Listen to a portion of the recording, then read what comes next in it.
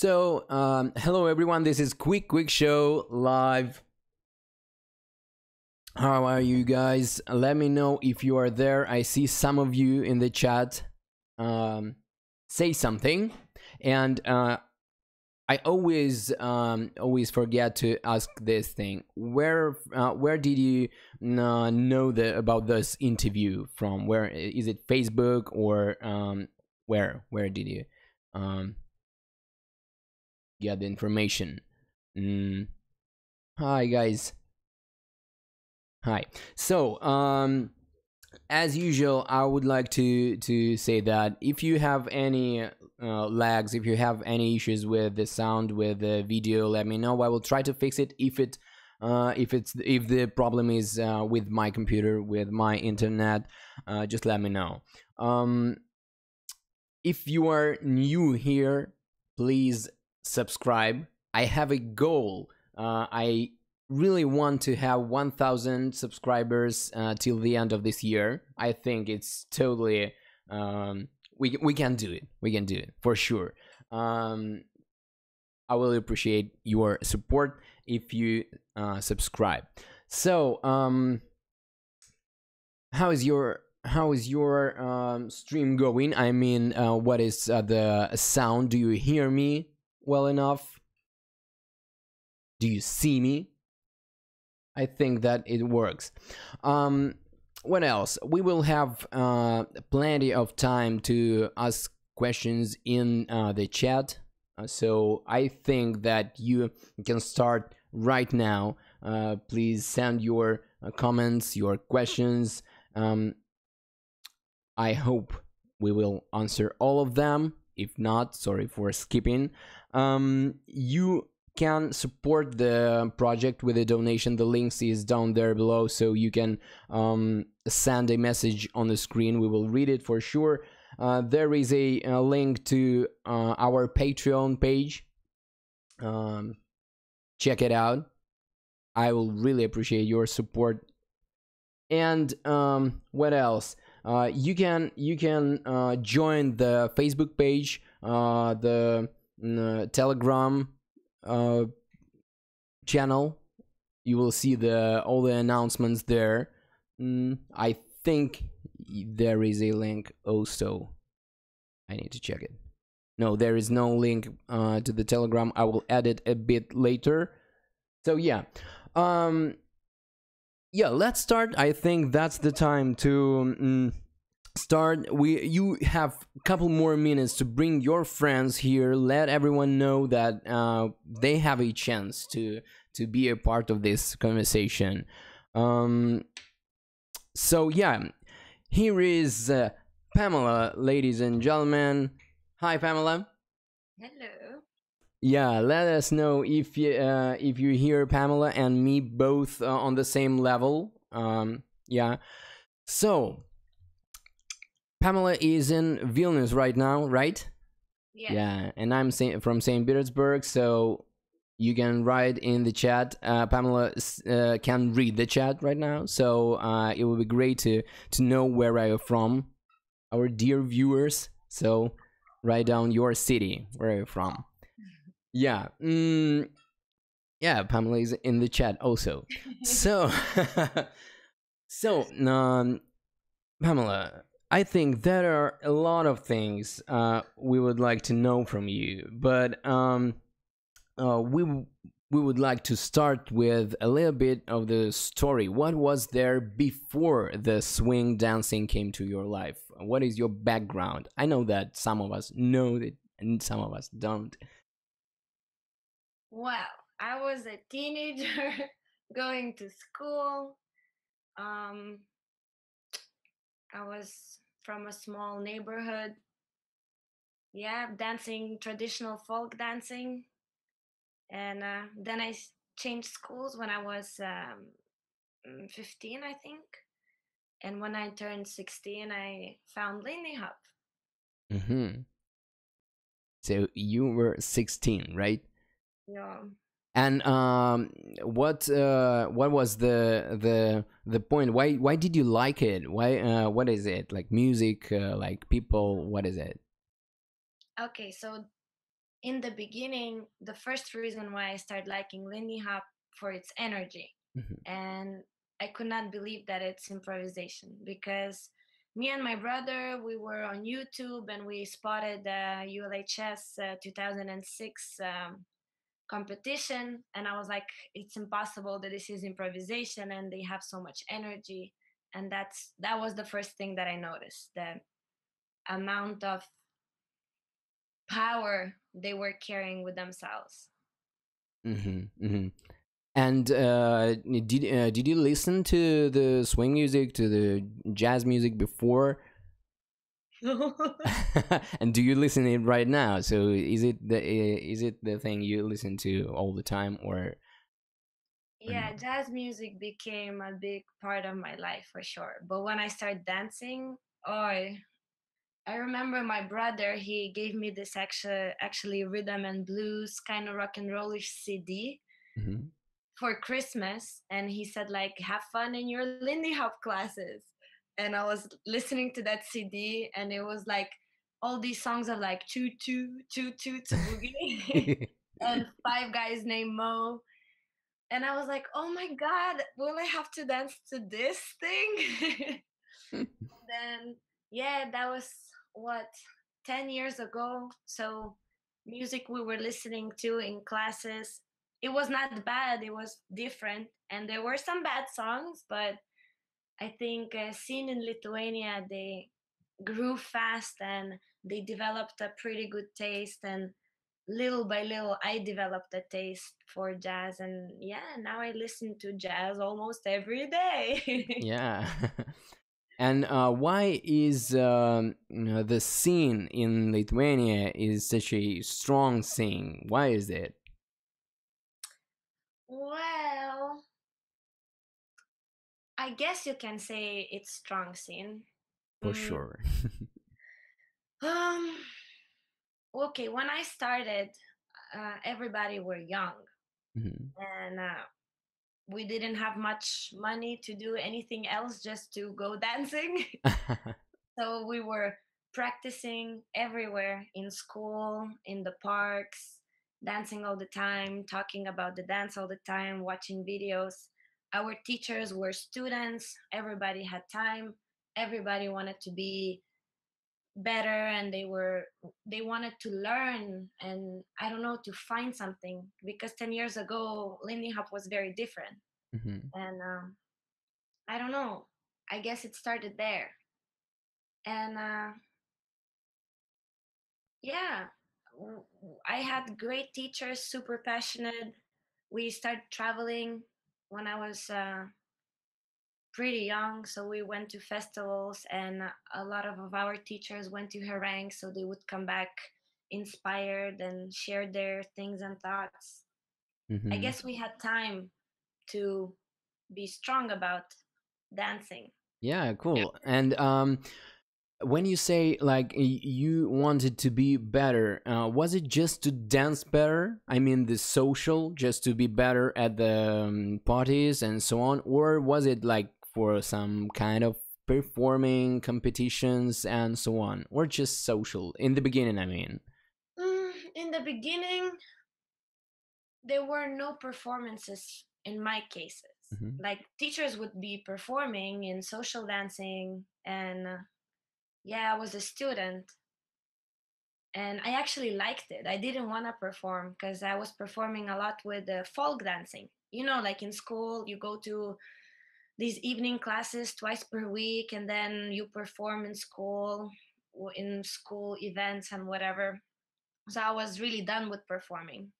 And then yeah, the goal was to get better, to be able to social dance with better students, because Hmm. I was in school, and when you're in school, I guess you have this mentality of studying and exploring, and you don't do it only for fun. You have this drive of getting knowledge, I don't know, being better, I guess. Hmm. Hmm. And then yeah, I got invited to be a part of a little troupe to perform. And then, of course, it started to be this one to get better at performing, I guess. Yeah. And when did you realize that this dance will be your profession, not just a hobby or something like that? Ooh, that was a long road for me to kind of tell myself that, hey, this is my job and I'm a professional dancer. That was the hardest thing to tell to myself. Let me think. I started traveling when I was 21, but I started teaching when I was, I think, 19. Mhm. But I guess I started looking at this seriously when I was 22, 23, something like this. So yeah, and yeah, we have some questions in the chat, and let's jump into it. Like, how do you describe Lindy Hop 10 years ago and now? How is it different? I don't know if it's about Vilnius or just Lindy Hop worldwide. Well, I can talk about Lithuania because Yeah, 10 yeah, years ago I was not traveling that much. yeah. Okay, let's speak about it. Well, but I don't know if I'm the right person to do that. I'm not much in Lithuania anymore either. But okay, 10 years ago and now, I guess 10 years ago it was just a little bit of a madness about Lindy Hop. Everybody were more excited about dance itself and purely dance. They wanted just to dance, and everybody had this crazy amount of energy for it. And I remember our talks were about steps, new ways of doing things. And I don't know, it was just maybe more excitement back then. But maybe because we were young, maybe kids these days they feel the same. Like when I go to another city in Lithuania, to Kaunas, I feel a little bit of that because the scene is younger than in Vilnius. Kaunas is another city in Yeah, yeah, Lithuania. It's yeah. second biggest city. Mhm. And yeah, and most of the guys there, when they finish their school, they come to study to Vilnius. So the scene, since I started dancing, grew up because the teachers grew up. You know, they're like in their 30s right now. Some of them, not all of them. And I think we attract different students as well. And the prices change, so a different kind of people coming to take classes as well. Mm-hmm. So for now, I feel people, they just want to spend their leisure time. They're not really into dancing. It's more of a just having fun, trying something new, you know, coming with boyfriend. Because before it was more like friends are going to dance, and now we feel, or I feel like young couples are coming or something like this. I see, I see. So, yeah, and the next question is, who was your first teacher? This is the question from my wife. Okay. My first class was delivered by Camila and Martinas. Cool. They were Lithuanians, and I remember that we were their first beginners group because before my group came to Lindy Hop classes, it was Mixas and Agle. They taught all the beginners, and then the teachers would change every month actually. So afterwards, I had Martinas and Slimas, Margarita, Juste. Some of them still dances. Some of them they have other jobs. But yeah, my first teacher was Martinas Balchunas and Camila Punzuta. Cool. For you, this is a question for me. Like, what is the difference for you between, I mean, the teaching locally regularly and the traveling teaching? For me, it's like totally different things, and sometimes it works for totally different people, kind of dancers, like kind of teachers. For you, how does it work?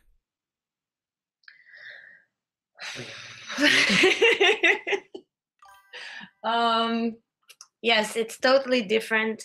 Teaching local classes requires for different skills. and requires different type of personality maybe, or some people can do both.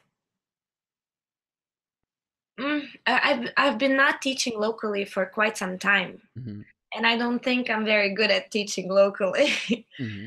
I remember I would be struggling teaching locally, being like, oh, how do I deal with these people? How do I make them interested for a long period of time? Because when you travel, my goal at least is to inspire people. So I don't feel like, oh, I have to teach something and make this class unforgettable in a way, or like expect them to get out from the class with a new skill or being better.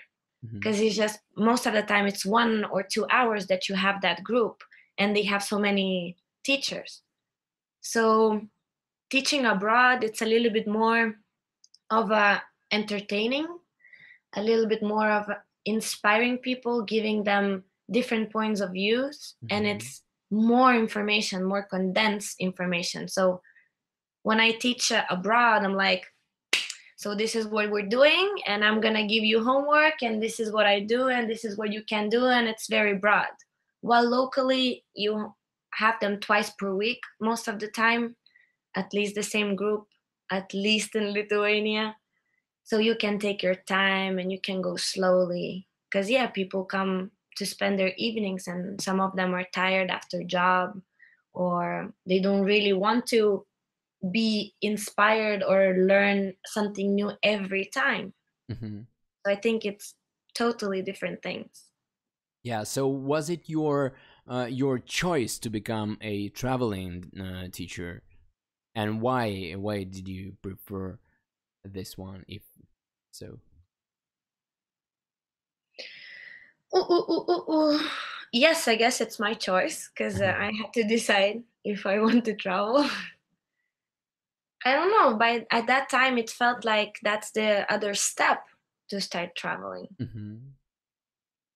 So, so you like the traveling itself, right? So that's one of the main reasons. Am I right?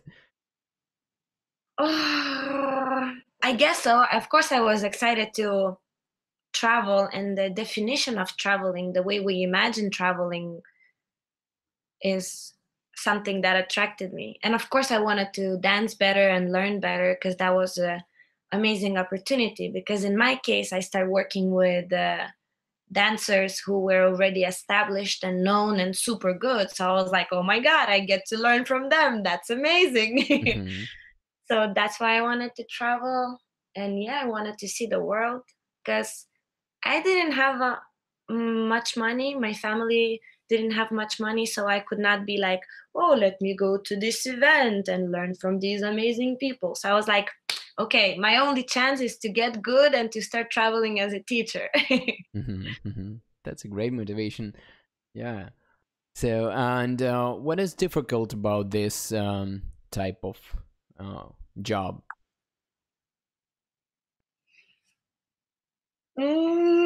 So many things. A lot of difficult things, right? Yeah, I guess it depends on person, and it depends of personality, I and mean, it for depends. you. I mean, for you, of course.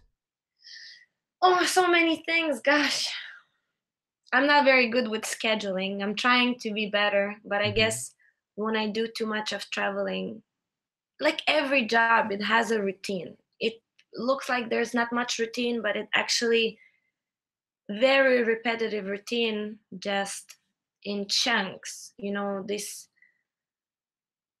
like in every job, it gets boring. I don't know if you have to cook every evening for yourself to have a lunch for your next day in your job. So packing gets boring, washing same clothes gets boring. Like you come back, you wash your clothes, you pack again, and then you go blah blah blah. I mean, when I talk about it loud, I'm like, well, that's a simple thing. But No, I see. I see. That's yeah, like little things becomes annoying. Airports becomes annoying. People, it becomes tiring to see mass and mass of people all the time. Every time it's new people, every time it's similar talks. It's super tiring. It's so tiring. The traveling part just sucks so much because you think you have time. You think you can watch movies and read books and, I don't know, listen to audiobooks or like explore music or, I don't know, learn things.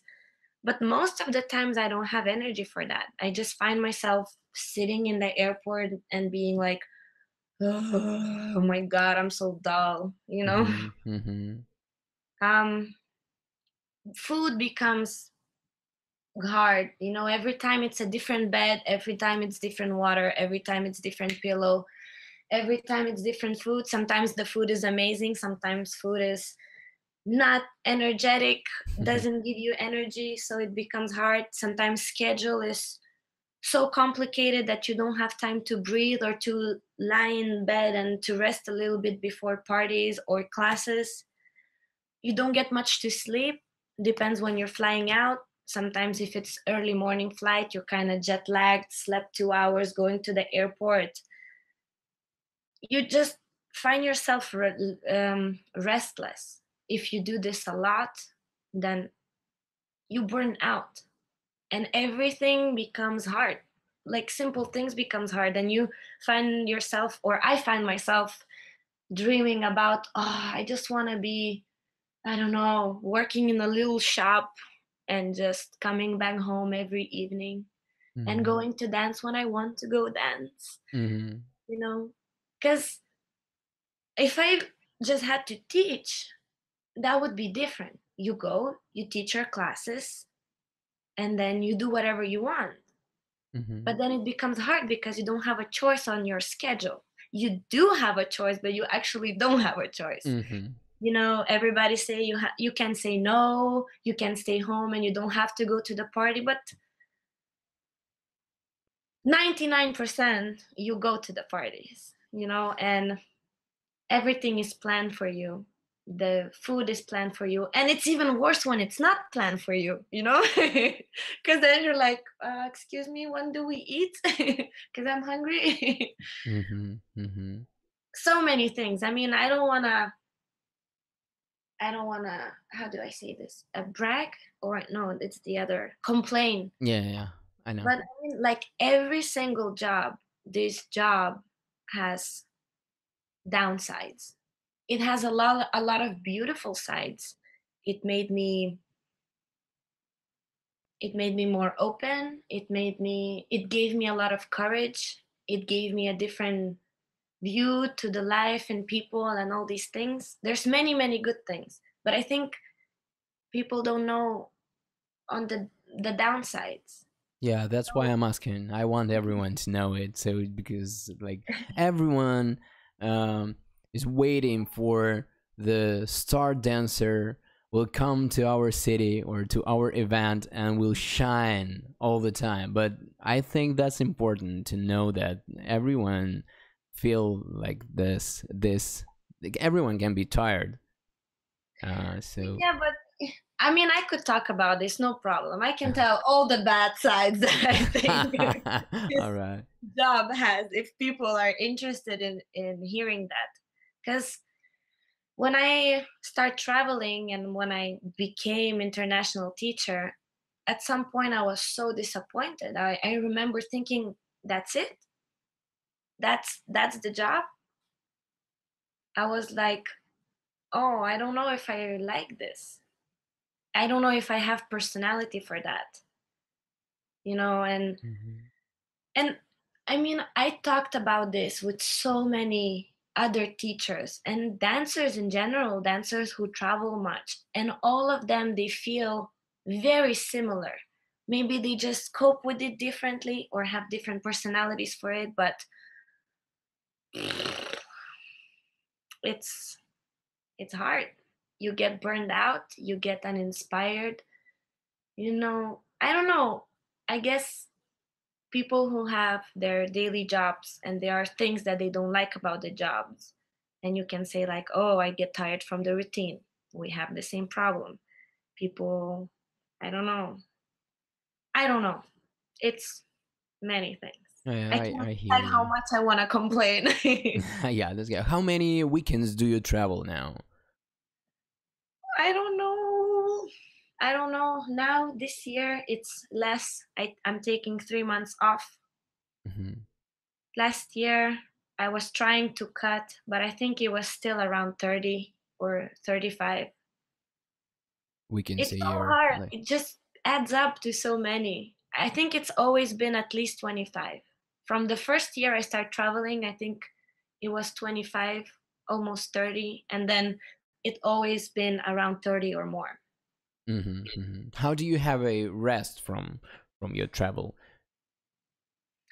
That's a hard question to answer. I think I still didn't find the best way because for the Mm-hmm. longest time I was so, I mean, it sounds silly, but I was confused, being like, why am I tired? I mean, I'm doing what I like, and why am I upset? And I start being confused with my personality, like in the weekends, I'm like, yeah, this is so much fun, and I'm communicative and talking with people and blah, blah, blah, blah, blah. And then I come back home and I feel like shit.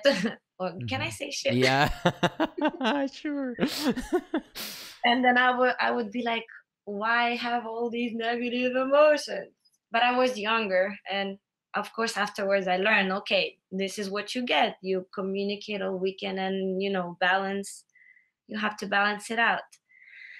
Well, most of the time I don't have a choice. I come back home, and because I don't have a regular job and I don't teach locally, I just stay in bed as long as I can. I try to do nothing, which is hard because no one, I come back home, I want to have my personal life. I want to see my friends, and I want to go to, I don't know, swimming or some other kind of dances or classes, Mhm. work on myself, who I am, and learn things.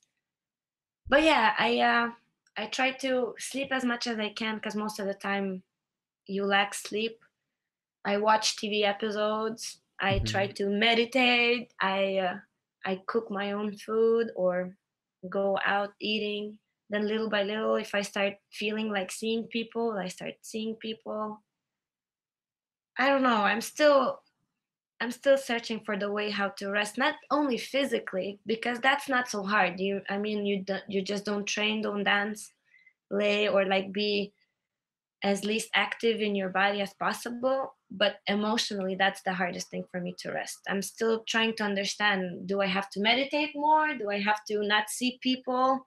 But then it ends up that I only see people that I don't know. And I'm like, it would be good to see my family too. Yeah. Because, well, my mom, I mean, she's like, do you want to meet? And I'm like, I do want to meet, but probably I'm going to be so grumpy and silent because you're the one of few persons who I can be, not communicative around. Mhm. I don't know. Did I answer the question? I probably Yes. didn't. I don't know. I don't know how to rest. Yeah, sure. And you said TV episodes. What is your favorite episodes? Oh, so many. I watch way too many TV episodes. What was the last one? Oh, I finished Marco Polo. Mhm. Yes, I finished that. I watched recently The Handmaid's Tale. Um, it's so many. Probably most of them on Netflix. Half of them for sure. Netflix. All right, Netflix. Okay, okay. So let's read some questions from the chat. From Natalia. Who or what influenced your decision to be a professional dancer? Who or what influenced your decision to be a professional dancer? It's like a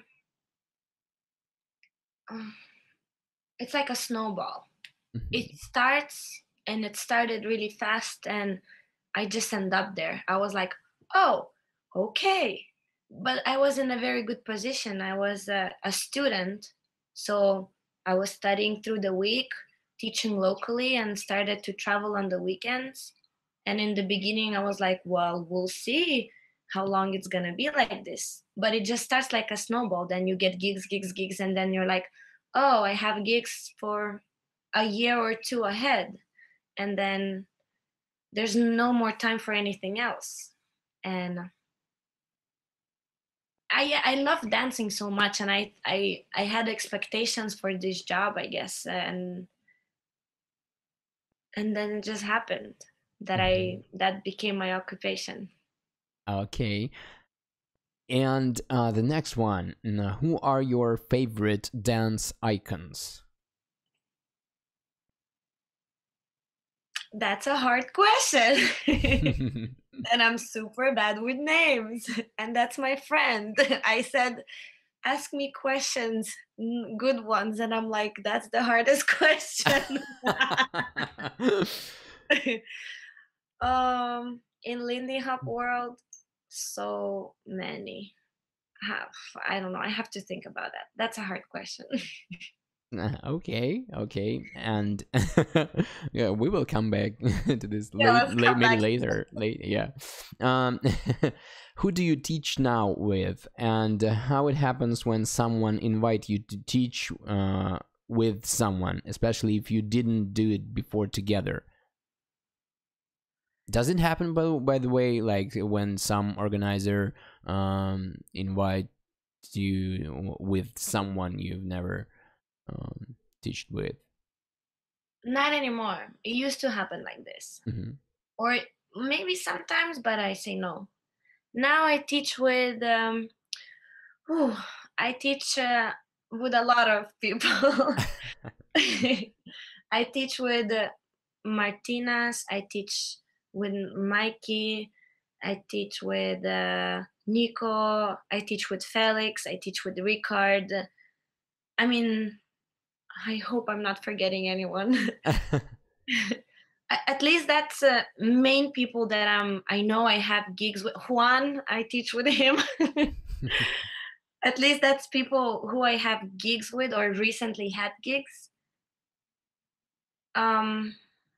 Yes, that's people that I teach with now. It's hard to tell. Like the upcoming gigs, I have some gigs with Juan and Felix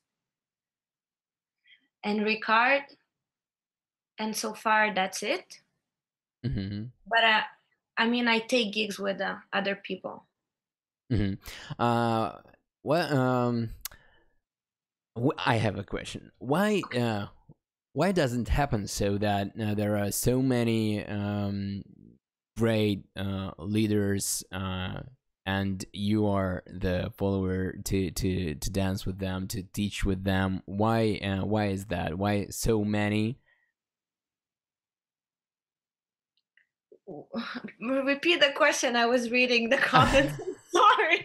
That's okay. I mean, there are a lot of gigs with different teachers, different leaders. Why is that? I don't know. It just started like this. I mean, I tried to have an established partner, but it never get to that point. Like in the beginning, when I started working with Todd, our goal was to make me more known that we could get more gigs. And in that case, because he was from States and I was from Europe, I started taking gigs with other people, like with Mikey, because he wanted to work with me too. And yeah, and then you teach, and then if some organizers take classes with me and Mikey, then probably they want to hire me and Mikey. And people who took classes with me and someone else, then they try to hire us there. Or because I have different videos with different leaders, they maybe see the dancing. It's just what they prefer. Like in the beginning, I was like a substitution to all the ladies, and then I was just substituting, and little by little I learned, and I guess I developed my own style of teaching. And then I start like working with leaders with who our point of view is more similar, and then we start developing certain way of teaching, or we start having a certain product. And there are organizers who expects, like I guess if they hire me and Felix, they expect us to teach one thing. If they hire me and Martinez, if they know me and Martinez, they know that we'll probably teach another thing. Well, now it's very similar. I think I work with leaders with who I teach similar things because their point of view is similar. But before, I guess when I was substituting Sarah, when they hired Dax, they would probably expect a little bit of my style and a lot of Dax style, you know, and Hmm. things like this. And it became like this, and it never settled. And different organizers were hiring me with different people for different reasons. Sometimes Mikey could not do a gig, so I would ask Martinez, for example, or Martinez could not do a gig, but then I'm like, well, I can come with blah blah blah blah. And there's many different situations, but in the beginning I actually tried to work with different people because I want to learn as much different ways of teaching and dancing as possible, because I was like, well, I don't want to be someone's puppy, you know, be taught just by one person. Hmm. And that's it. I wanted to have my own voice because I didn't have a partner with who I came from Lithuania being like, this is Pamela and this Lithuanian guy, and we've been dancing together, and you know, we're getting these gigs. I start getting gigs with known people already, or like Hmm. known teachers, and then I was like, no, I cannot be someone's trained person. I need to have my own way of seeing things. Yeah, for me actually it sounds like, and I totally believe it, like that you can do all these things, and that's why like you really a top level um teacher and follower, and everyone want you to share your things, your thoughts about following, and that is my next question. What is following for you? What is great about following, and how come that um, you are a great follower in terms of technique, following itself, and then having your own voice with your variations, stylings, and so on, rhythms, and so on. How did it happen that you can get all these things? Like a lot of people say that there are. Like if they want to keep it simple, but still there is one type of follower who follows uh, just in a top level way, or some followers who just have their styling, who put a lot of like, I don't know, solo dancing in it, and you are like all of it, like everything. So how did it happen that your skill is such a high level, and what are your thoughts about the followers role in this couple dancing? Thank you. uh, that's a very wide topic. I, I know, but I really want to hear it from you. I don't even know where to start. Okay, let's start somewhere. Following. What is following for me? Oh, it changed so much. The definition of following, uh, I don't even know if I even use this anymore. I'm so lucky to work with people at this moment who doesn't ask me to follow. It's 'cause sometimes it's even hard to say who follows who, Hmm. and who leads who. Okay, but if I have to simplify, I'm thinking, what do I say in classes? Um, so as a follower, I follow the general direction, and I follow general groove of the song and of my partner, and then I do whatever I feel like and whatever I want. And actually, it might look very skilled, but because my partners, they let me do this, they don't interrupt, they look how I'm dancing, and they adapt themselves to me, and at the same time I adapt myself to them. um Before, following for me was yeah, being able to do everything. Like, I was obsessed with technique and perfection, and my goal was to be able to follow every single person, you know. And because I was working with different leaders and teaching with different people, I could learn their technique while being in the class. So I learned a lot of different ways, or I got to observe their ways of dancing and teaching, and they were like training me and giving me feedback constantly. And that was super hard because I was super lost. I was like, I don't know how to follow anymore.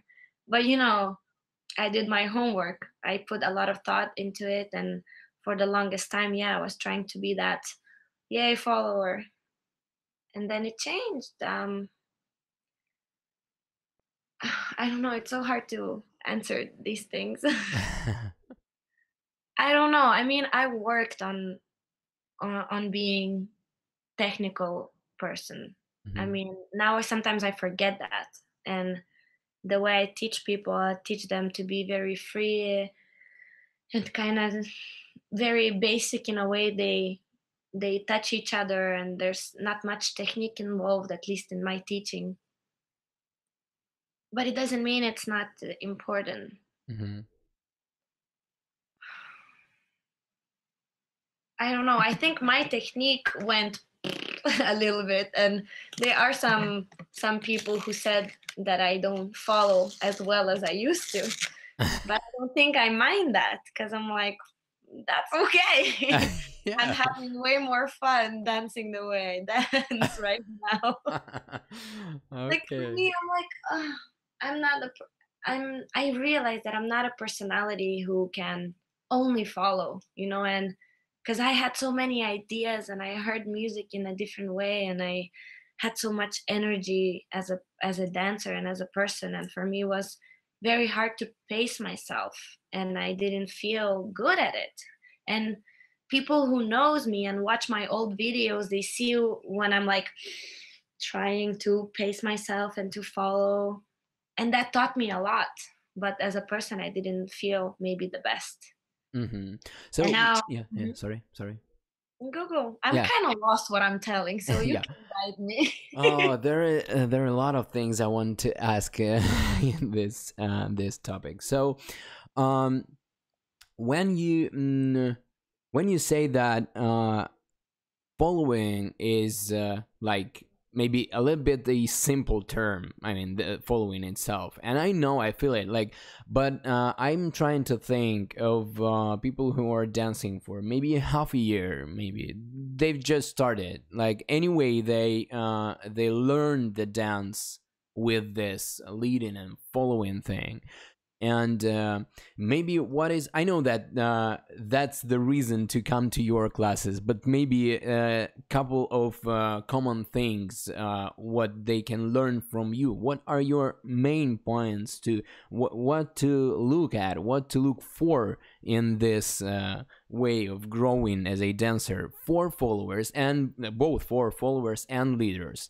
What are the main things you want to focus Oh, people?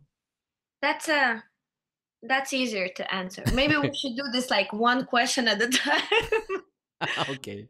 Okay, so w- what I teach now, I teach how to follow each other and how to lead each other, Mhm. and not being like, let's change roles now, like followers lead or leaders follow, you know, like I'm trying to escape these things. And in my classes, what I'm trying to do is to be aware of another person. You know, it's like let's say we see each other and we're different cultures and maybe we don't know each other much. And how do we say hi? You look for body language. Do you like see me trying to hug you because I lift my hands, or because I'm like giving you like my hand for a handshake, Mhm. like things like this.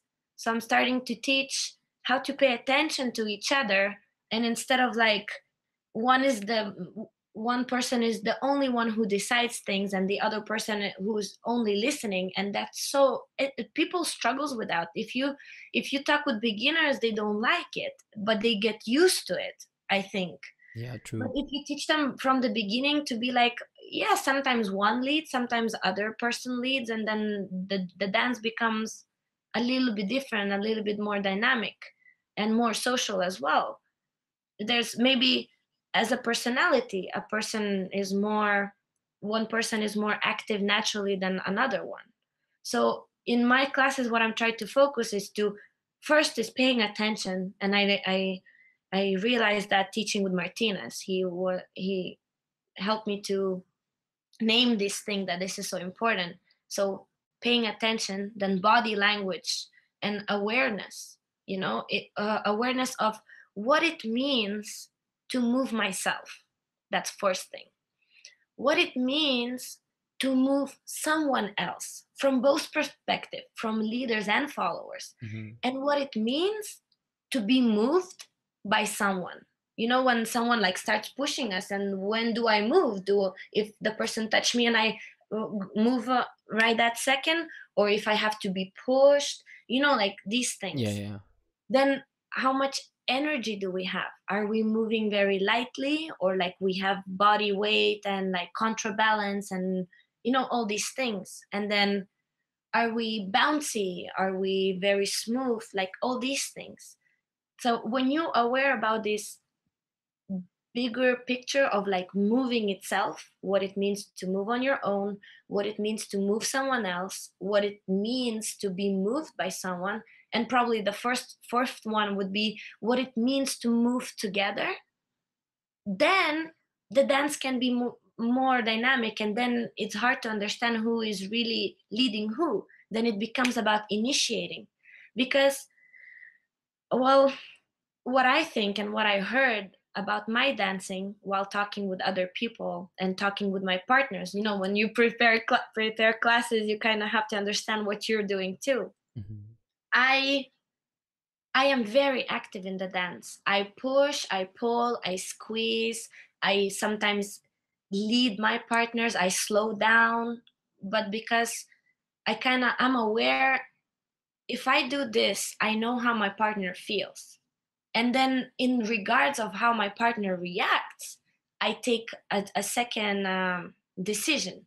So everything is momentarily, and with the experience, the dance becomes more complicated and more dynamic, and that's why I'm able to have so much space.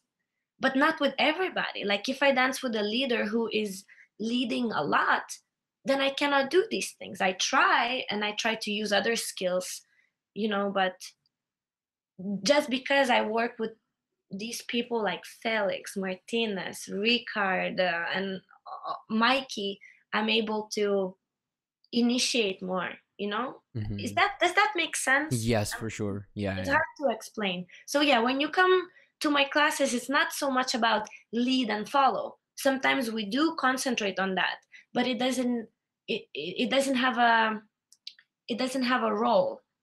A leader can be both leader and follower. Make sense? Yes. Everybody is a dancer. So I'm a dancer and my partner is a dancer. And then it doesn't matter with who am I dancing, with a girl who has more experience as a follower, or with a guy who has more experience as a leader. Because naturally our bodies are capable of reacting to things. We use our bodies every day.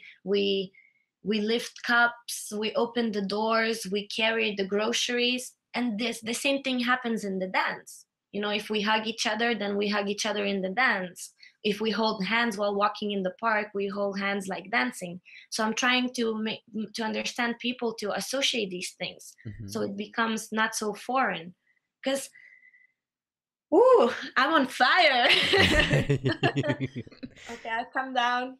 Because people has these perceptions that dancing is something that you have to have a gift of, or not everybody can dance. Like if you can walk, at some point you will be able to dance. Like if you can show affection to another person, you will be able to dance with someone else. And we have this perception that when you dance, you constantly move. And when I started learning to dance as a follower, I thought like there's no time to stop. Like song starts and you move all the time. But then you understand that in Lindy Hop, in this kind of dance, there's much more. Someone can stop and share It's so hard to explain. Yeah, I You know, know, but that's the reason why everyone should come to your classes. But yeah. I mean, I don't think I'm doing a better job with classes. I just, blah blah. No, no, no. And yeah, and my question is that what do you think about this philosophy? This is a great thing to learn, but does it work from the very beginning? Because you are teaching on the events, you see the passionate dancers who come there to listen such a things. They want to know this kind of things, but when they start locally. Do you think that everyone should start with this point, or we need some basic stuff and then to rebuild it to just to ruin everything, like forget everything you've learned and take this information? What kind of this process of learning these things? I don't know the best way. Probably for different people, there are better ways, or they understand different things. Some people they need counts. Some people they need scatting. Some people loves the freedom and they feel comfortable exploring the movement itself. And some people need very like strict guidelines, and they need very specific methods. You know, Mm-hmm. but I wish I could try these things, like get beginners who never danced, made them listen to different kind of jazz songs, move around together. I don't know, but I guess as how do you say, a specific group of people would appreciate that and like that, because again, there's a lot of ideas of what dancing is, even then they when they come to the dance class, whatever dance it is. But in Harang this year, I was teaching a beginner's weekend with crap, I'm so bad with names. I will remember his name. Just my thoughts are a little bit elsewhere. Mm-hmm. And it was the first time we were teaching, and we were like, let's do this experiment. So we made them listen to the music, different kind of swing music. And we made them find different grooves, and they naturally know so much. Like, we do know so much. We hear the music. We're not stupid. We know how to move. We know how to react to things that we hear and see. And then we made them walk to the music, and then we gave them basic rhythms. We didn't give them patterns or counts. We didn't say this is 8 count figure, this is 6 count with figure. We just give them different rhythms, like slows and quicks. Not even that. They were like walking like 2 counts, or they could stay on one leg and bounce. And when they felt like they shift their weight, and then they turn around, walk forward, backwards. Like, we gave them basic guidelines that they could improvise and dance for the whole song, just from general understanding. So yes, we had them for 4 hours, I think. And since the first class, they could dance the whole song just by having knowledge that they have. So we could see them being in couple, kind of grooving to the music. And then, without giving them much of information how to turn another person, we just said, turn another person, let them go away from each other, come closer, now walk forward, now blah blah blah. And at some point, you start introducing them to more and more things to think about. How we hold each other. Do we squeeze? Do we have a lot of contact? Do we don't? Then what other rhythms there are? Maybe there's quarter note rhythm, like a beat rhythm, where it's quick. You know what I'm talking about? Yeah, yeah. Yeah, like quick steps. Maybe at some point you introduce them to triple step, or not even triple step, you just introduce them to ball change, And then maybe you start introducing them, like, hey, if you change a figure, like a direction here and there, they explore the directions. And then for sure, at some point, at certain moment, you introduce them to figures that we recognize. I don't think we should neglect swing out and tuck turns and things like that. It's okay to have names for the things and Mhm. basic things, but maybe more general things. Because as a teacher, this is how I think. I'm like, what is the biggest thing? What do I need to feel that I'm dancing? Music. Mhm. Okay. So I have to dance within the groove of music. And if the song is slow, I will dance slower. Yeah. If the song is fast, I will dance faster. And then does the dance have? It has rhythm, which is represented by steps. But the same rhythm can be represented by different steps. And then the dance has directions. And then again, do I move alone? Do I move someone else? Are we moving together? Or all these things, like general ideas. That's what I'm trying to think about.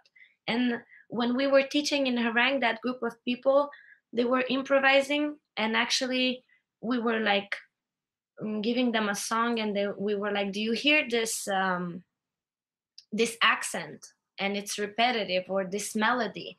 And we were like, how could you dance to it? Did you see other dancers to be musical, hit the music? And they were able to do it in their own way. Maybe sometimes it looked silly, but I mean, you have to let people grow as dancers. I think teachers sometimes are too fast to fix them, like, oh, Yeah. but that's not how you do it, or you always start on one, Mhm. or you have to do rock step, triple step, triple step. You Mhm. cannot do rock step, step, step, triple step in the beginning. Like all these things. Like sometimes I think we start fixing people too early, Mhm. or like giving them just only one option Yeah. and things like this. Like more freedom, because well, maybe I think so. So yes, in the end of that weekend, they were able to improvise, and they were able to have fun and hit the music. And they, of course, they had different teachers, so they had the figures as well. So you need all of that. You don't have to neglect all the ways you were taught. But other thing, what I try as a teacher to think, when I was a student, what was confusing to me? And I remember being so confused about swing out. When I started taking classes in Harang as well, Mhm. every teacher was teaching a different swing out. And I went to my teacher a Lithuanian one, and I was like, so how do you do a swing out? Everybody is telling a different thing. Nobody told me that swing out is just when you let the girl out, and it doesn't the girl or the boy out, and it doesn't matter in how many counts or in which direction, like Mhm. everything was too particular. Like I in that case, I didn't understand that everybody teaching that just their own way of dancing. Mhm. As a student, you receive it as the only truth. Yeah. So I guess teachers sometimes they forget to explain that this is how I'm dancing, this is my approach, this is my style of whatever, Mhm. or this is how I do this step, or like just giving more of a general idea. Mhm. Thank you. That was important to hear from you. Yeah. And so Pavel sent his question, and he sent a kind donation. Thank you for your donation, for your support and kind words. And here's the question about this all this thing. What exactly turned you in this kind of dance philosophy? Do you remember maybe some flashy moments of changing your opinion? Yes, I do. Great. Okay, so when I was teaching with a lot of different partners in the beginning of my travels, and they were different styles. I mean, I can give you names. I was teaching with Mikey, Max, Dax, a little bit with Tama. I was teaching, I guess, with Martinez as well. So these 5 dancers, if they were less or more, doesn't matter. They were super different. Yeah. Like now, people with who I teach now, they are very different, but the philosophy and approach of the dance is very similar, I think. uh, but at that point, all of them, they had different technique, and because I was not established as a teacher and dancer within my own head, first of all, they were always shaping me, you know, Mhm. like they were giving me their knowledge. So Todd taught me a lot. He was my first partner teaching abroad, and then he was trying to explain me how to do things, and then I start teaching with Max, and then he gives me his own technique, and then the next weekend I work with Dax, and he's like, no, do the swing out in this way. And then I remember I was teaching with Kevin. I was substituting Joe, and then he explained me another way of connecting, and I was just so freaking confused. And then I remember I went and I danced with Nathan View. Yeah. No, what's his last name? Nathan I, View. yeah, yeah. Sorry if I said your last name badly. With Nathan from Nathan and Anita, or Nathan and Gabby. And he was dancing in a total different way from what I learned from all those dancers. I was so confused. And I was like, I remember people were asking me for private lessons, and I said, no, I cannot give private lessons because I don't know how to dance anymore. I don't know how to explain. I don't know what a rock step is. I don't know what a swing out is. I don't know how to do anything. But I was still dancing. And I danced with all of them. And I heard their suggestions how to dance. And I heard their ways. And I was still teaching with them. So I was like, uh, thank you. She wrote that, the last name. Yeah. So anyways, even though I was super confused and I was trying to always do the right thing for that week and for that partner, the dance didn't stop. It's Yeah. not like I was like frozen. Yeah. I was still dancing. So I was like, okay, I need to understand why I'm so confused and I don't know how to do this anymore, but I'm still able to dance. So I was like, there has to be something that is similar to all of these leaders. So I started being like, okay, this dancer that holds follower like this. The other dancer holds follower like that. The fourth dancer holds follower like this. And when they explain the connection, they ask for a lot of how do you say this? A lot of connection here, Mhm. Then some of them they talk about squeeze, some of them they talk about pull. And I was like, okay, I have to write down this. So I started writing down all the vocabulary they use. Mhm. And I was like, even though this or this is different, there's still a lot of contact. They still want me to hold my partner back because the way they're dancing. So I start thinking about this. What is similar and what is different from them, and what kind of words they're using. And a lot of them, they used words like energy, direction, pull, push, react, absorb, and all these things. And I start seeing similarities. It was like I did a brainstorm. So I had a lot of like little things written down, and I was like, okay, I could put these into connection section. I could put this information into rhythm section. And I started like, that information start falling into little sections. And then I started understanding that, like, hey, he dances like this and this because his style is like that. And I was like, these leaders, even though they asks for a different swing out, but this and this and this and this, they still talk about that. So I start finding core things, what they need to make the dance still work. And that was it. That was the groove. That was the energy of what both the same energy, because Yeah. and it kept going, it kept going. And I started getting deeper in this, and now it doesn't sound so simple anymore, but in the Yeah. beginning it sounded finally more simple. But then again, for example, I started figuring these things out, and I was like, ooh, I think I understand what you need. And then I go and dance with Nathan, and I'm like, he doesn't do any of these things, and he doesn't say any of these things, and I'm like, he has a totally different knowledge, and he talks about totally different things, and I was like, oh my god, it's never ending story. Yeah. And then I go teach with Ricard, and then I'm like, Ricard, I want to learn, like the Swedish style. And then and then he started telling me things, and I was like, I never thought about that. This is incredible. I mean, and this happened last summer.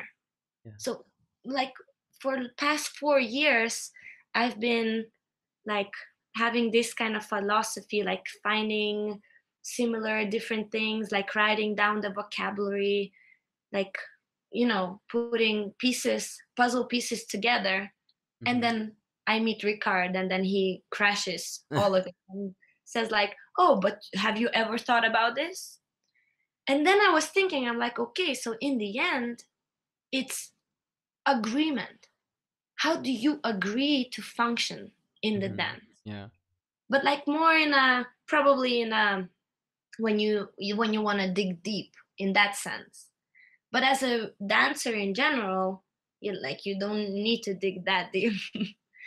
And it's just a lot of like ideas what we think Lindy Hop should be. Like who leads and who starts the first step and all these things. Like when I start dancing with all those international guys, I could not start the step. I had to wait for them to lead me into rock step because they were leaders and I was a follower. And I was like, okay.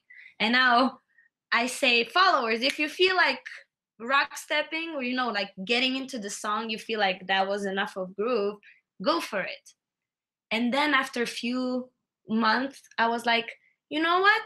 Actually, music says when to start the dance, So it's never ending story. I keep finding and finding things, and sometimes I think I'm like, yes, that's how the dance work, and then someone crashes all of it. But yeah, so in the beginning, I was very much of lead and follow, and recognizing things. I was like, okay, they use this technique, and my goal was to be able as a follower to teach other followers to recognize things. Okay, this leader used this and this and this and this skill, and that's how he communicates, so I adapt to it. Then I started to be like, so if they use those skills, if I use those skills, they can listen to me too. And it became more like give and take thing. Yeah, well, that's important. Yeah. And then it became more like, more like a whatever music says to do, like, and then you don't really know who started the dance and who changed the energy and who changed what and who really adapts to who. In the end, it's all about the experience. And sooner you start thinking about, again, it's so philosophical. I mean, I don't know if people have to dig so deeply, but this is at least what happened in my head. To answer the question, I was confused, so confused that I had to sit down and start thinking about, so what is it? How do we dance? Why do I dance? Why am I able to dance with so many different leaders, And that triggered the whole philosophy of dancing. And then, of course, people changed. They encouraged me to do different things. They, some of the leaders, they wanted me to follow more. And some of the leaders, they said like, no, do your thing. Like, I will follow you. And I'm like, oh, okay. Yeah. All right. So we will come back to the chat soon. Chat, you can write down your questions. We will read it soon. But speaking of this part when you said that leaders should listen also, not only leading, are there you can name a couple of things that are some kind of common mistakes of a leader? What should not they do? Like what can make you feel uncomfortable in the dance, during the dance? I mean, when leader does something or does not. Yeah, I guess in the end it's awareness. Like but some people are naturally aware about these things, or sometimes that leaders, they get occupied with steps and leading the thing, like, Mhm. so they don't feel when it's maybe too much force or something. um Wait, repeat the question, so maybe it's gonna be Are easier to answer. there any leaders mistakes that you can name? Some common mistakes, some things Okay, to okay. Lack of awareness. yeah. Like, they see that their follower cannot dance this fast. Let's say they cannot do the swing out. And instead of like trying to make it work or adapt to the follower because they have more knowledge, let's say they keep going with that. Or they're like, oh, she cannot follow. I'm like, if you say she cannot follow, then baby, you cannot lead. You know, like all this thing, it comes back. Like, more mature you grow, you can dance with most of the people. And of course you have these things, like when people, they don't feel downbeat and upbeat, like they're dancing out of rhythm. That's But that works for followers too. But then again, if you're a leader, let's say, if we're talking about the Yeah, yeah, definitions of lead and follow, and your follower feels the rhythm, question yourself.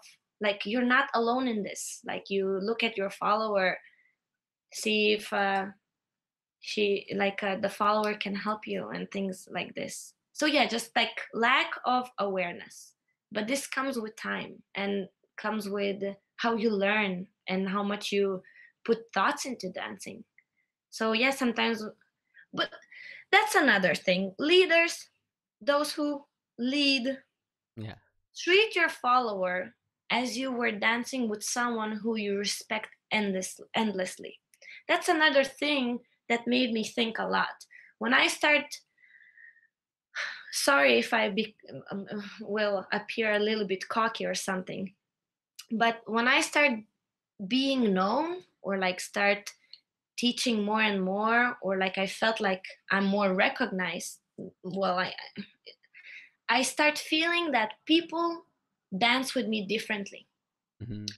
I like to share this story. So whenever I was dancing with my in the beginning with my partners, or like with leaders in general, if something did not work, I thought it's me. I'm like, ooh, I misfollowed. Ooh, I didn't understand that. Oh, that's my mistake.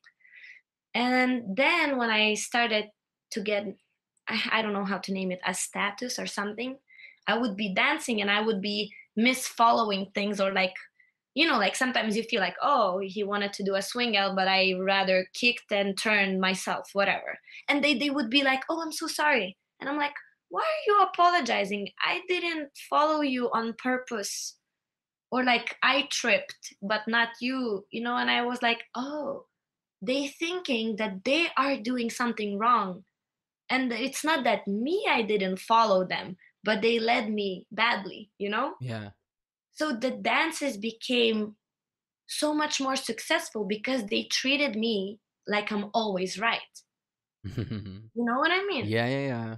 That's And I interesting. treat them like they're always right. So if something doesn't happen, I'm like, well, it's our fault. And that's how I feel with with people I work now. Like, there's not such a thing as something works or doesn't work when you social dance. It's like either you're in rhythm or you're not, and that's it. Yeah. And that's where it ends. Either your step sounds good or your step sounds bad, but everything else, it's give and take. So leaders, treat your followers like they're right. So for example, I dance with the leader and he starts like swinging me out, and I'm tired and I don't follow, and I don't see them being, oh my god, she doesn't follow. They're like, oh, okay, I take care of you. Yeah. So yeah, I feel that's the key to success. Like, pay attention and think, yeah, like just take. I mean, it has to be healthy. You could see, like, when I thought that leader is always right, I didn't feel the best. Mhm. But I felt the huge difference with leaders dancing with me after quite of time of traveling, that I'm like, wow, they're actually thinking that they're doing something wrong, and it should not be in either way. Yeah. But if you respect another person with who you dance, especially when, you know, like in our community, they say like you should dance with everyone and everybody, change partners and everything. You have to have such a huge amount of respect to each other. Yeah, that's great. That's great. Oh, yes, yes. That's great to hear from you. So, viewers, chat, let us know if you're still there. We want to have your questions. Sorry for taking your time. Sorry. Yeah. Now, one more question from the chat is as you and your teacher partners often from different countries, how do you plan the classes for a weekend?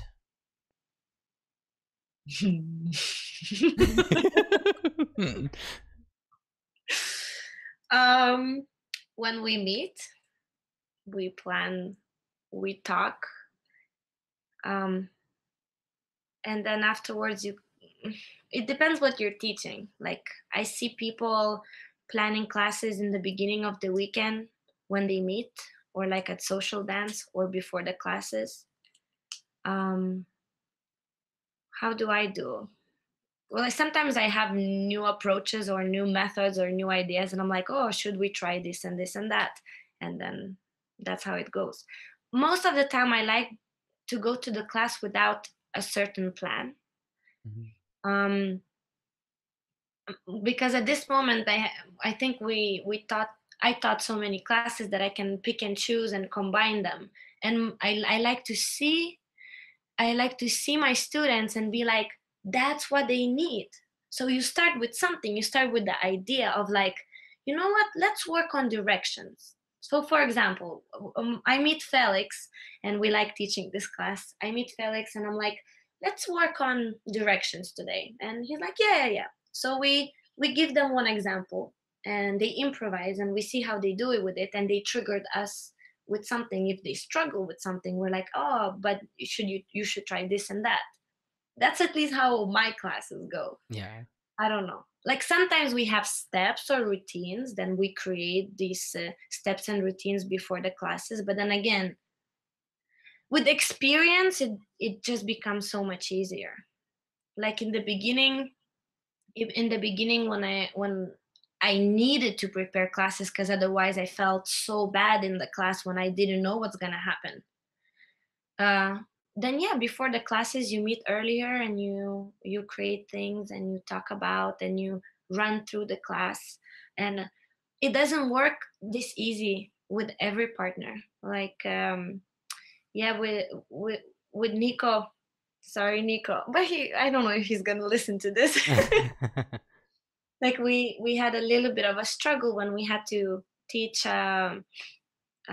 same group for a long period of time, and they were kind of low level dancers. We could not agree from what to start, you know, because not.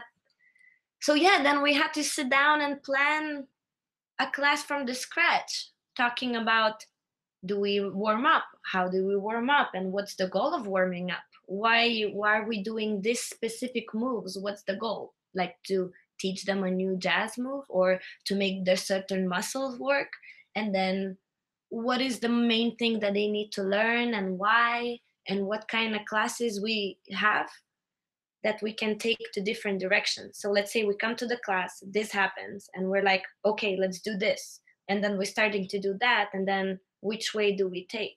So we had to like break down the things and we had to plan very carefully. That makes sense? Yes. Okay. Because sometimes I'm like, I feel a little bit in my own world. So I don't know if people can understand what I mean. No, I think everything is great. So yeah, okay. And then the next question is, what kind of dances do you like? I mean, I think the question is about different dancing styles, and both that you maybe would like to learn or you like to watch, maybe. Oh my God. I like moving in general. For me, the ability, the way body moves, it's just mind blowing. So I appreciate ballet so much. I appreciate contemporary so much. I appreciate hip hop, whacking, African dances, Dunham technique. I don't know if it's a style of dancing. I think so. Like they mix ballet with African dances, as Mhm. much as I know. Maybe I'm mistaken. Tap. Oh my God, tap. I love tap. That changed my dancing a lot. When I start tap dancing, my Lindy Hop changed completely. Mhm. Completely. Like I got a deeper knowledge about rhythms and music. And I still suck at tap so much because it's impossible to learn that thing or to be good at it ever unless you do it every day for 3 hours. But if you want to improve your dancing, go tap dancing or any kind of dance. Like if you want to be a dancer, I think you should try different kind of dances. And like for the longest time, I was like, oh, I'm not a ballerina. I never tried ballet. I'm a Lindy Hopper. Or like I dance folk dancing, but that doesn't count, you know. And I was kind of proud that I didn't take other kind of Yeah, classes, you know. yeah. So stupid. And now I'm like, no, I want to try everything. I want to try African classes. I want to try hip hop. I want to try break dancing. I want to maybe popping. I can appreciate, but I don't think I want to do it. Yeah. Like maybe I'm not such a fan of ballroom dancing. I can visually appreciate it, you know? Like any type of dance that is in a professional, or how do I say this, in high level, it I can appreciate. But yeah, I want to take more tap classes. I want to take ballet classes. I actually never did that. I think it's time to do it because Mhm. I admire it so much. I want to take any kind of rhythm classes, whacking because it moves arms, anything. I don't know. I don't know. Yeah. Well, well, that was an excellent answer to this question. And what else? What else do we have in the chat? We have a weird kind of question from Surikov with love. Dammy, um, Dammy. yeah, yeah. What is it? The question is: I heard you don't like when someone calls you Pammy Whammy. Why? That's Mikey Petrosa. You know, he likes to give nicknames. And he gave me a nickname of Pammy Whammy. And now I don't mind, but I remember I didn't like it. And because whammy somehow sounded familiar to a word vamti, which is Lithuanian word, and vamti means to throw up. I Mm. was like, I don't want to be Yeah, Pammy throwing up, you know. yeah. But I mean, it was such a long time ago. I was young, and I don't know. You just sometimes react to things that are stupid. I don't know. Yeah. Whammy, whammy. No, I don't like it. Maybe the way it sounds. Still no. All right. But I call him Petrushka, and he likes that though. Well, so I don't know. Okay. Um, we will remember it. So yeah. Um, more questions to the chat, please. And my question is, what event or what country do you remember the most? Maybe something really different that you went to, like, I mean, the event or the country. What do you remember? Okay, probably Slovenia, Ljubljana. That was my first international event that I attended. So that as a student, so Hmm. that left a big memory for me. And it's a beautiful event. It's really well organized and it's happening for many years. But yeah, I was young. I was maybe the first time I went there, I think I was 18 or something like this. We rent a car or a little bus and we drove for 25 hours to get to Ljubljana. I mean, we were crazy. Then Herang, because that was no, Herang was my first international event, or maybe camp. Yeah, the first I danced for 3 months and I decided to go to Herang. I Hmm. mean, Yeah, cool. Yeah. My mom was not happy because I was like, "Mom, it's gonna be cheap." It was not cheap. And so harangue, I was just amazed how everything works, and then I was 16, so for me it felt like I was barely speaking in English, like maybe 5 words, and then it just felt like a fairy tale. I don't know. So yeah, that thing. Then Ljubljana, because I was going there with my friends and everything, and then Stockholm Tap Festival. That's another thing. And the first time I went there was, now it's 2 years ago. And it happens at the same time as Paris Jazz Roots, which is lovely event too. There's a lot of lovely events, but if I'm talking about memorables. So Stockholm Tap Festival blew my mind because it was so nice to be a student. I took beginner's intermediate track, which felt amazing, and I sucked at it, and I still could not dance well because it was so challenging. But it was great to be a student. It was great to see talented people. It was great to see different kind of community and how it functions. And it was, yeah, just a very, very good experience. And they have this like all style battles where like all different kind of dancers dancing. And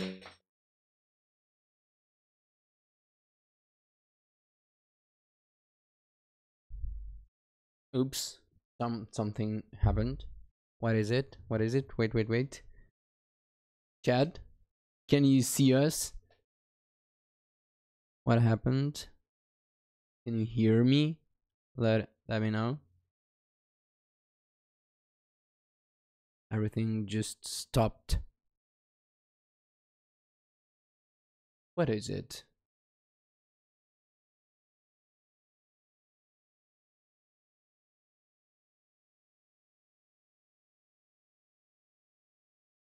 All right, but you hear me, right? So let me try to fix it, guys. I will be back. Sorry, don't go away. Just let's wait for it.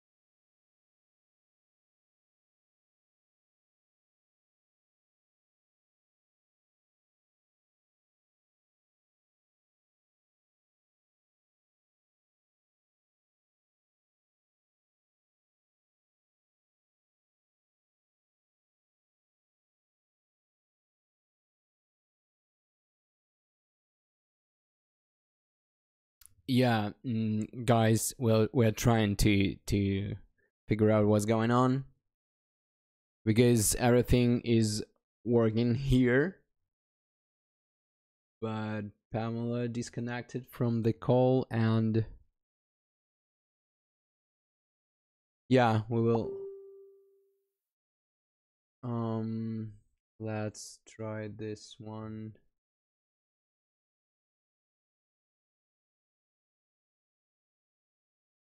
You can bring something to the chat while I'm trying to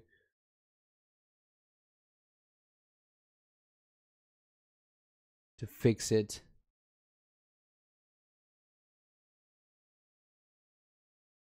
Just a second. Just a second.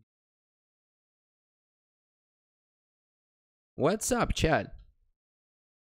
Do you hear me? Yeah, my cat came. Yes, yes, I think that's the problem.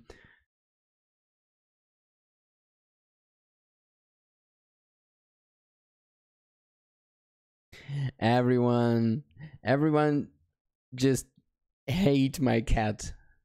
I love my cat, even though she breaks things. It seems to me that my internet slowed down somehow. I don't know what's the reason.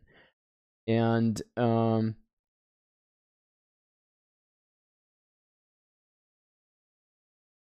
let me try this thing. Just a second. Yeah, my internet for sure is slower right now. Let's try this. I think I will fix it soon, but I don't know what's.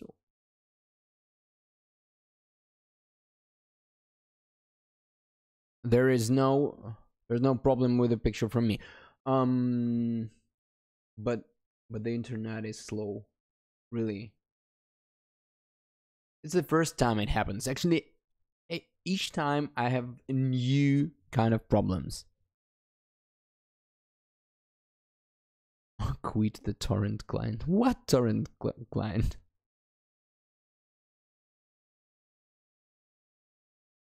Oh my god. Why is everything is so slow?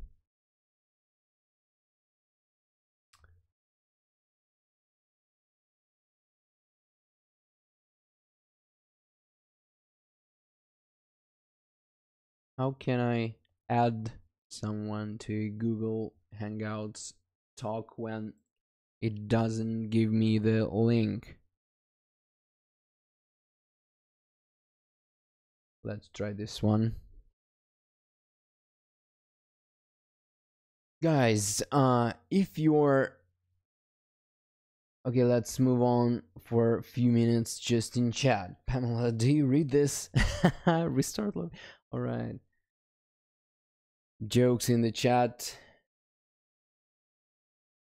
We are trying to have a call here. What's going on? Yeah. Oh yeah. Cool. Here is Pamela. Sorry for that. I don't know what is it. Like it's about Google Hangouts, I guess. I don't know. Are we back? Everything's good? Yeah, chat, let us know if we're back. Wait, I need to find the chat again. Let's try. Let's see. Hooray! I guess it means that we're back. Okay, let me turn on the chat. Boom, boom, boom, boom, boom, boom. Oh, I can see myself. Pop out chat. Bye-bye. Okay. They are quite quiet. So do they have any questions, guys? We have a little ready to answer that icon thing.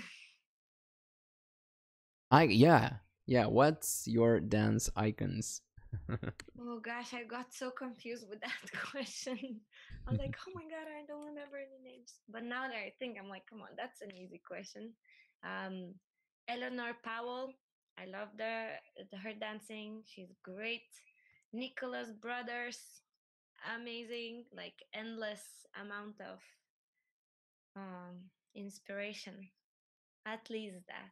I mean, I like Betty Bruce because I stole her move and I love it.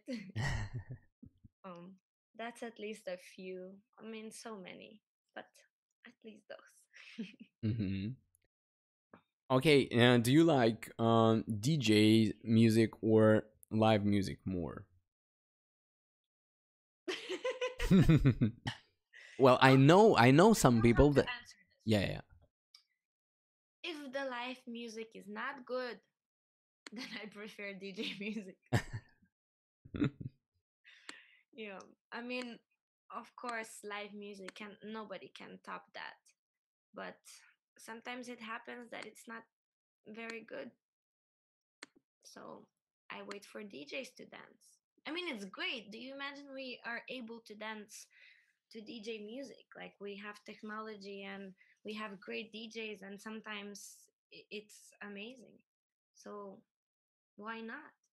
Yeah. But yeah, if I can choose to go to a concert to dance with like a band that is a killer, or like to an amazing DJ party event, I still think the band wins. Mm-hmm. Mm-hmm. Okay, what are your favorite bands right now? I don't know. I'm so bad with names. It's incredible. Um, I mean, I had a blast in Lindy Focused, and I'm not sure how he called himself, Jonathan Stout, and his orchestra. Yeah. Michael Gamble's band killed it in Lindy Focus too. One of the best social dance nights that I danced to. I remember I would stop in the middle of the dance floor and being like, "Is this really happening? Is this really happening?" And there's other bands that I like a lot, and sometimes they play better, sometimes they play worse. There's this other band in Prague, something something melody makers or something. I don't Mm-hmm. know. I'm Mm-hmm. so bad with names, but they are from Prague. They play in a sweet swing Prague festival, Prague Sweet Swing Festival. Yeah. You see, my brain and names don't get along. Mm-mm. That's They are okay. from there. I'm very good at like remembering faces and places and pictures. Like if I need to find information, I remember where to look from it from, like the page and the book and all these things, but not the names. Um, what else? Um, yeah, at least these bands comes to my head for now. Okay. Okay.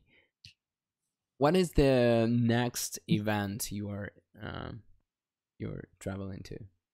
Jazz roots. Jazz Roads. Cool. So yeah. So do we have any questions in the chat? Maybe I skipped some while I was trying to fix the problem. Probably not. Probably not. So maybe yeah, it's like more than 1.5 hour we're here, so I guess we can slowly come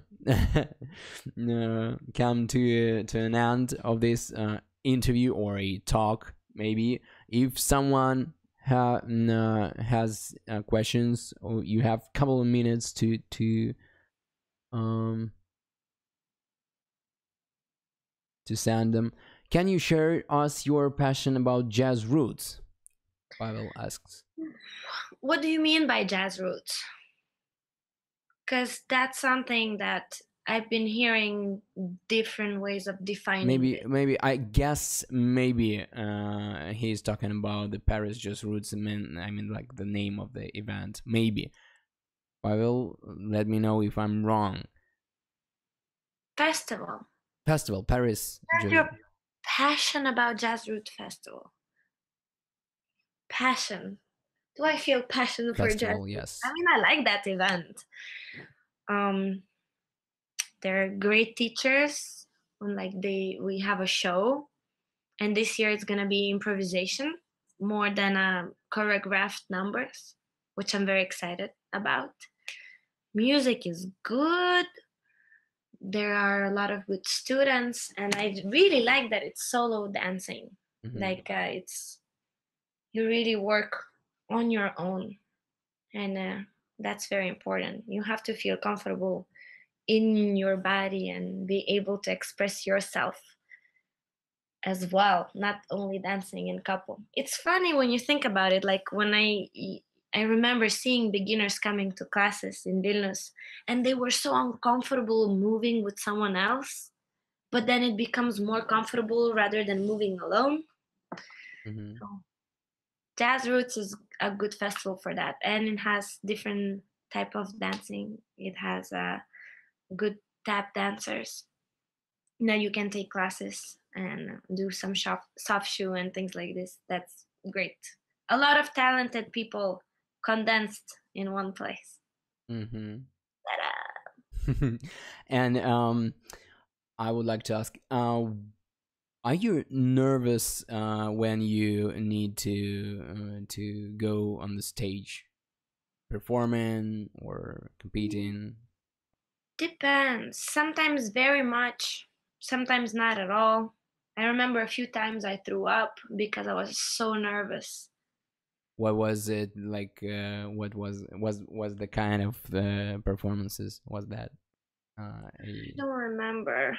I think it was the beginning of traveling, and I used to be nervous because I didn't like really trust in myself, I guess. Like in the beginning, I would be so much more nervous about improvisation, like when you have the teacher's demo and you have to do improv.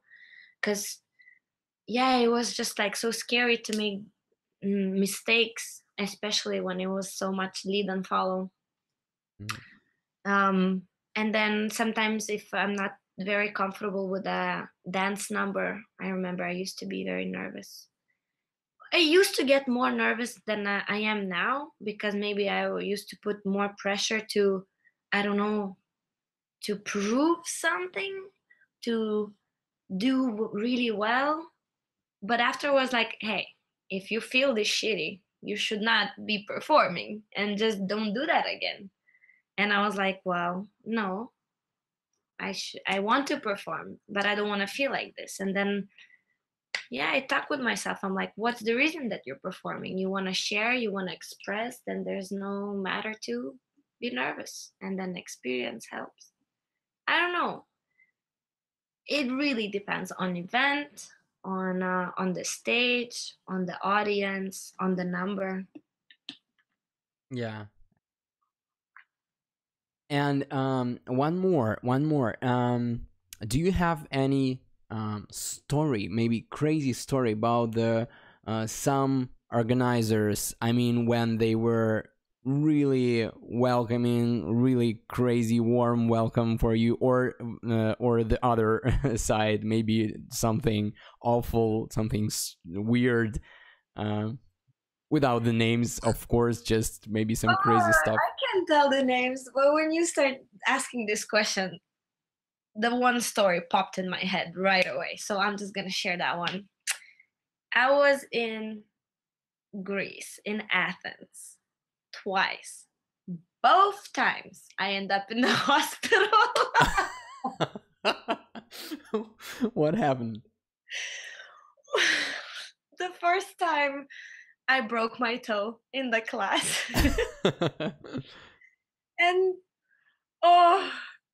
And then she was amazing. Of course she was in shock, and in the end she was crying, and I was like calming her down. And the second time I don't remember. I think I got food poisoned, and then I felt so shitty for so many days. I was like, okay, I need to go to a hospital to check if I'm okay, or if it's just the heat and things like this, Mm-hmm. So, and she's been great. So yeah, she's just, yeah, she took, every time she took care of me, and she would take me to a hospital, and they didn't make me feel shitty about it. That's another thing, is like when you live like this, when you travel so much and you're on the road so much, it sucks to be sick, and you get sick, and especially in the beginning. Because I've been teaching when I was with 39 degrees of temperature with fever, because I didn't have a choice. Like, or I felt like I didn't have a choice. Now I'm the most important person for myself, and like I'm learning how to respect my health more than I used to. Even though when I broke my toe, I was doing classes. I came back with a crutch, sat on the chair, and I finished doing my classes, which is ridiculous. But yeah, in this kind of work, you sometimes don't have a choice. Yeah. Yeah. So one more question from the chat. Do you train every day or only when you need to make a performance? Oh, I wished I trained every day. I wish. Because the thing is, like, I love dancing. I love it, and I think I want to dance more than ever. Before that, I maybe was more busy with different things, like working on my teaching, working on. I mean, it sounds silly, but probably at certain level, I was working on who I am and my image, or like things like this, or like trying to figure out how to live and where to live and all these things. But at this moment, I'm in love with the dance more than ever. Maybe the passion changed. Like before, I had more energy and I was more excited about it, and I felt more pleasure dancing because relationship with dancing changed. But the amount of love I have for dancing, it's probably in the peak right now. So training can be pain in the ass, like everything, but I wish I had energy and I was able to train every day. But I don't train every day. Like my body cannot train every day.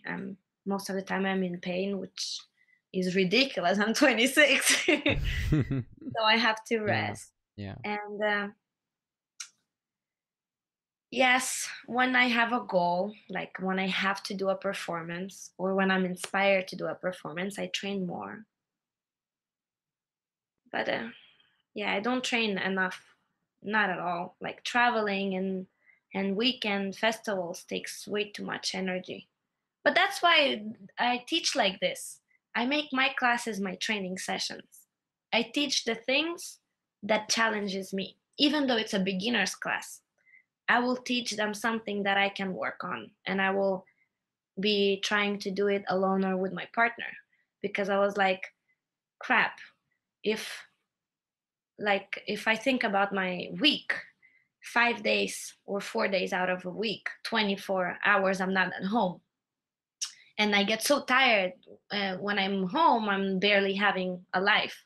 So I'm like, classes, this is what I'm getting paid for, and I'm concentrated about. So I'm like, at least those have to be interesting for me, because then I will be, there will be no point to do this, Yeah. because sometimes I'm not always inspired to social dance, or I don't feel like social dancing.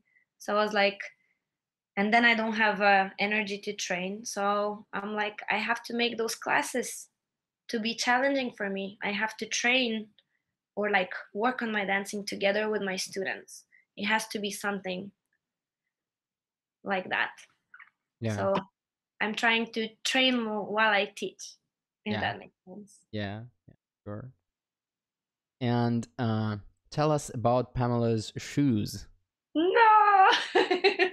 Fuck. Okay, I'll tell. What do you want to know?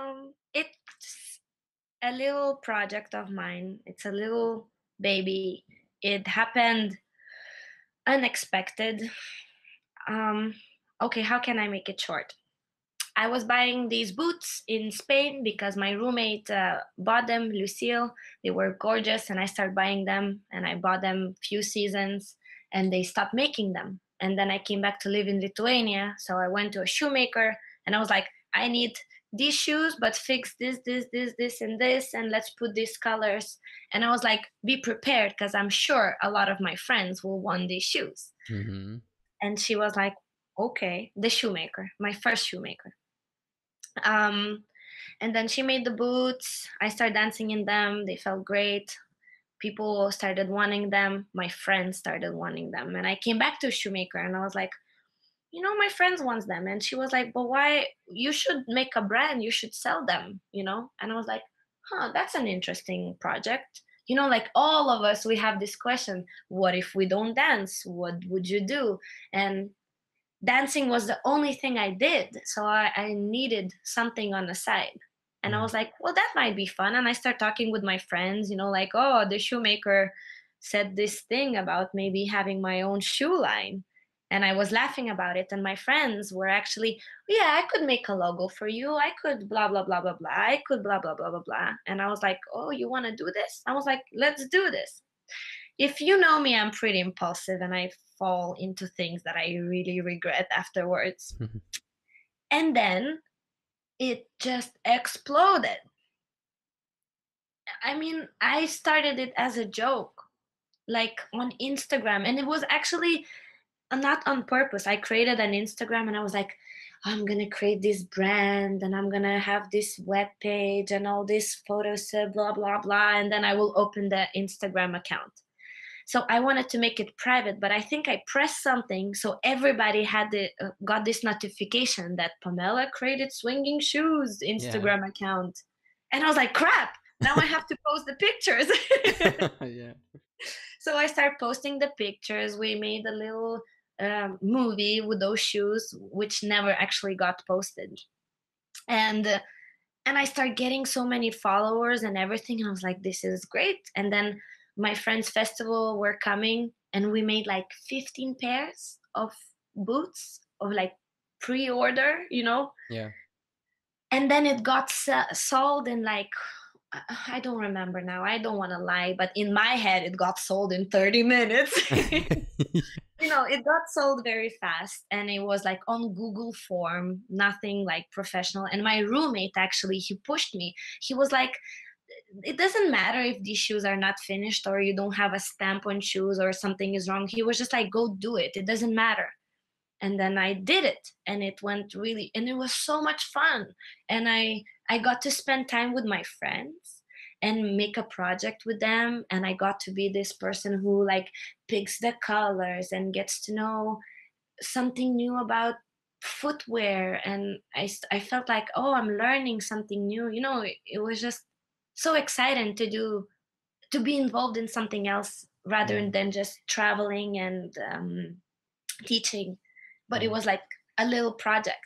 And then I started getting deeper in it. I was like, oh, I need to come up with idea. So the second collection, I involved more friends, and then we came up with this don't be beautiful collection, like be clumsy and be brave. So we picked like these vivid colors and changed the design a little bit more because we learned from the first collection things. And and I started writing a little story about it, and it went super successful again, and it went pretty well. And it was like, what, 20-30 pairs, and it got sold in a few hours as well. And it was so much fun. We made bags for it, and then we sent them out. And it was a little bit more work, but it was still, we were handling it. And then of course we decided, and in between of that, I think I changed the shoemaker or something like this, because the first shoemaker could not meet the deadlines or something like this. Yeah. So I found another one, and everything was kind of easy. And then the third collection exploded way above my head. Like the Instagram account went crazy, amount of messages. It's not bad, don't get me wrong, Yeah. but it was a little bit too much that I had time for. Yeah. and I found helpers. Like, we established the brand and everything, and we started creating a web page, and I involved even more friends to work with me. And like, I had people who answers the messages, and people who takes the orders, and people who works on web page, because it's me, I go crazy. I mean, why would I keep things simple? Never. you know but that was not the problem, because I loved every single thing about it. Because my friend, my closest one of my closest friends, she started writing little poems about it, and that was the favorite thing about these shoes, that it was not just to make shoes to earn money, which is great to have you know additional income, whatever. Yeah, yeah, But it was about like telling something, be creative in a different way. So we had these poems, and we had these photo shoots, and I had these meetings and reconnecting with people. But then uh, but then the shoemaker could not meet uh, the deadlines. The web page required so much time, and it was just so many things happen. And the customer support was like crashing, and like, the one to make one collection, the it took us half a year, and we were like, this is so much work, and it's not worth it. So what I met, oh my god, I think I'm too open about this. Now I'm talking, and I'm like, I should not be telling these things. Okay, in other words, what happened, this project started requiring more time than I have yeah, to love it, and to make it good, and to like, to have as many shoes as people wanted, or more shoes. I needed to put more time, and to administrate more people and everything. And then I traveled a lot this winter, and I went on a tour where I completely burned out, and it just became too heavy. Like every business, or every project, it had its downfalls, and like problems. And then, yeah, I don't think she wanted to know this. no, no, no, I guess I guess that's the thing she wanted to to Yeah, so know. for at this moment we closed it. We were super late with orders. It was incredible. We were like 3 or 4 months late, with people ordered the shoes, and they got the shoes 4 months later. I was so embarrassed. I was like, oh my god, this is supposed to be fun, but somehow it became super complicated. But I Yeah, mean, I learned so much, and I want to come back to this, and I want to have more things. I want to make clothes and all these things, but yeah, everything requires time. yeah, And so for now, this project is on hold. Like, we're in vacation, we got super tired from it. And yeah, it was very hard to communicate with the team when I don't know, 12 hours difference. And I'm like in the middle of the morning, and it was just a lot of things. It yeah. started to require too much time. But hopefully I come back to this. It was a very fun project. And yeah. Yeah, yeah, thank you for this story. So well, it's midnight, It's midnight. and it's the time to end our interview. Pamela, thank you for your time. Thank you for being here with us. I'm really excited that it happened. I was thinking about having an interview with you, so like for a year, I guess. Wow. But I was thinking like I need to be prepared for this, and now here you are. And thank you for your time. Thank you. I know that you want to have a rest while being at your home, but you're here with us for 2 hours already. Wow. Thank Uh, you for having me. it was really inspirational. Lots of things I really wanted to hear from you, and it really impacts my vision. Like I'm teaching here locally, and lots of things I will think about them, and I will try to build my own style of teaching with this knowledge, with these ideas. I will think about it more. Actually, I agree with everything that you said about these leading and following things, but I need time to build my philosophy, and I'm happy to hear it from you. Yeah, I guess. Well, thank you for nice words, of course. And I was nervous before this, and so thank you for having me, and thank you for being nice with questions and everything. Mhm. But just take your time. That's what I keep reminding myself. You know, take your time. Like everything's gonna come and fall into little, Yeah. places that they need to. I hope people understood me because I think I'm pretty messy. No. Everything is just great, really. And I miss dancing with you. I hope we will dance someday, one more time. Not one more time, but just more to dance more.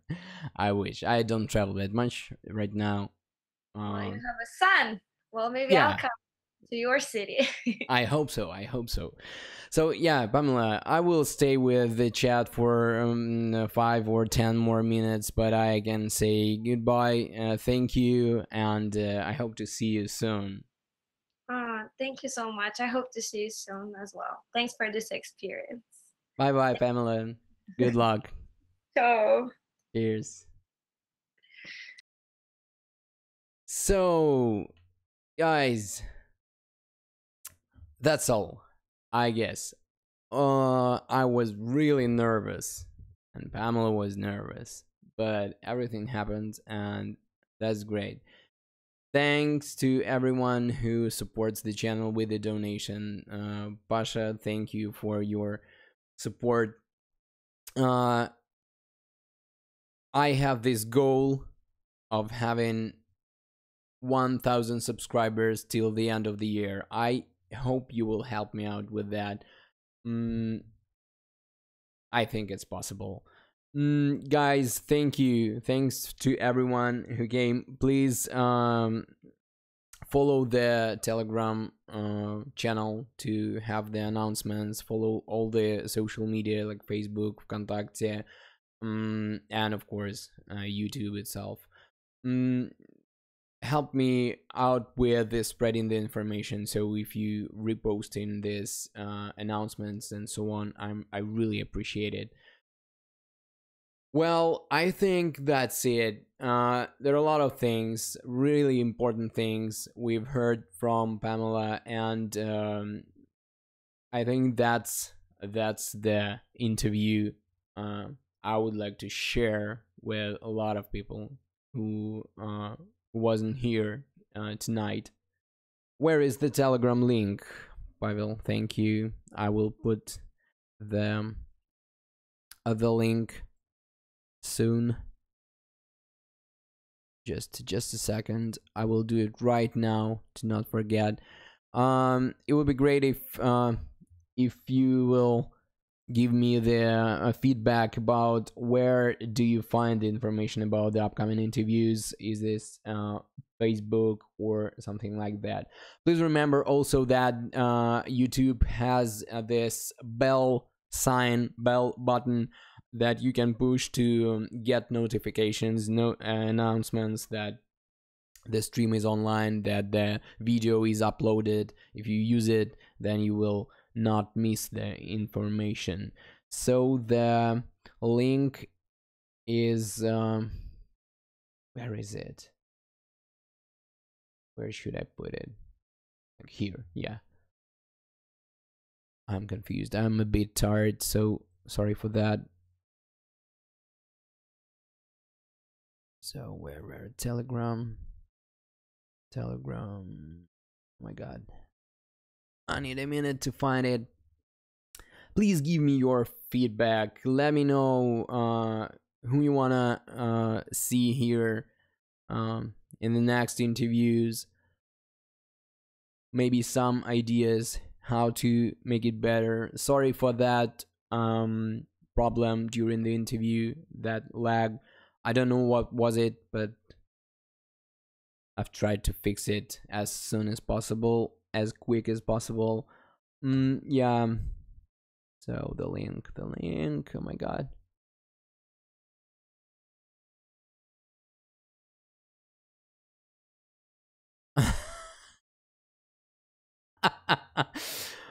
I won't even read this one.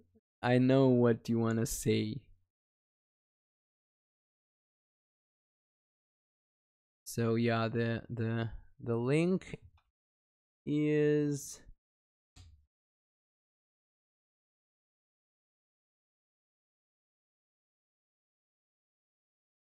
me/quick show. I guess that's it. So can you see it right now? I've added the link.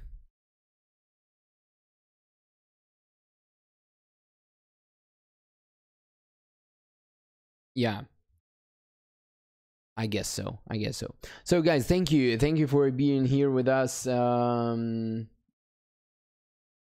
us in the next interviews, and see you soon, guys.